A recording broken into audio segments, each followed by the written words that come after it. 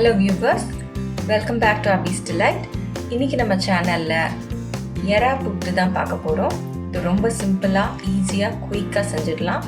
But அதெல்லாம் பார்க்கிறதுக்கு முன்னாடி நம்ம சேனல் இன்னும் சப்ஸ்கிரைப் பண்ணலைன்னா சப்ஸ்கிரைப் பண்ணிக்கோங்க. அப்பதான் நான் போடுற எல்லா ரெசிபீஸையும் நீங்க பார்க்க முடியும். இப்போ எறா புட்டு எப்படி செய்யறதுன்னு பார்க்கலாம் வாங்க. நான் 250 கிராம் எறா எடுத்திருக்கேன். க்ளீன் பண்ணி மஞ்சத்தூள் போட்டு வாஷ் பண்ணி வச்சுருக்கேன். மிக்ஸி ஜார் எடுத்துக்கோங்க. அதில் 1 டேபிள் ஸ்பூன் சில்லி ஃப்ளேக்ஸ் போட்டுக்கோங்க. ஒரு 5 பூண்டு பல் போட்டுக்கோங்க. அது கூட வாஷ் பண்ணி வச்சுருக்க இந்த எறாவை ஆட் பண்ணிக்கோங்க. இது எல்லாத்தையும் சேர்த்து அரைச்சி வச்சுக்கோங்க. ரொம்ப அரைக்கணும்னு இல்லை, ஒன்று பாதியமாக அரைச்சா போதும்.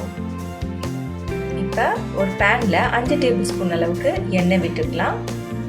எண்ணெய் நல்லா காஞ்சதும் 5 பல் பூண்டு சாப் பண்ணி வறுத்துக்கோங்க. அது கூட ஒரு பெரிய சைஸ் வெங்காயம் சாப் பண்ணி போட்டிருக்கேன். அதையும் நல்லா வதக்கிக்கோங்க.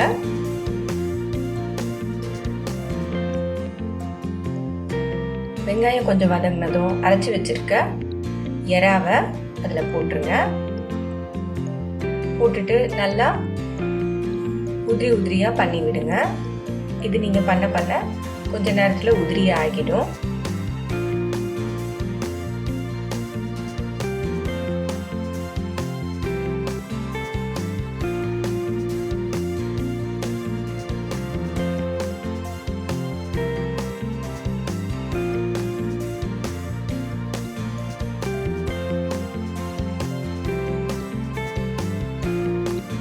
இதுக்கு 1 டேபிள் ஸ்பூன் அளவுக்கு உப்பு சேர்த்துக்கோங்க.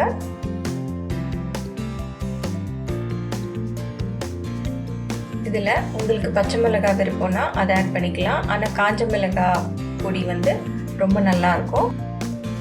ஸோ இந்த சில்லி ஃப்ளேக்ஸ் ஒரு 1/2 டீஸ்பூன் எக்ஸ்ட்ரா ஆட் பண்ணிக்கோங்க. கறிவேப்பிலை சாப் பண்ணி போட்டிருக்கேன்.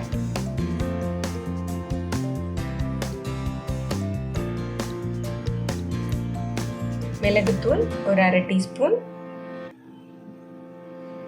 கொத்தமல்லி அதுவும் நல்லா சாப் பண்ணி சின்னதாக போட்டிருக்கேன்.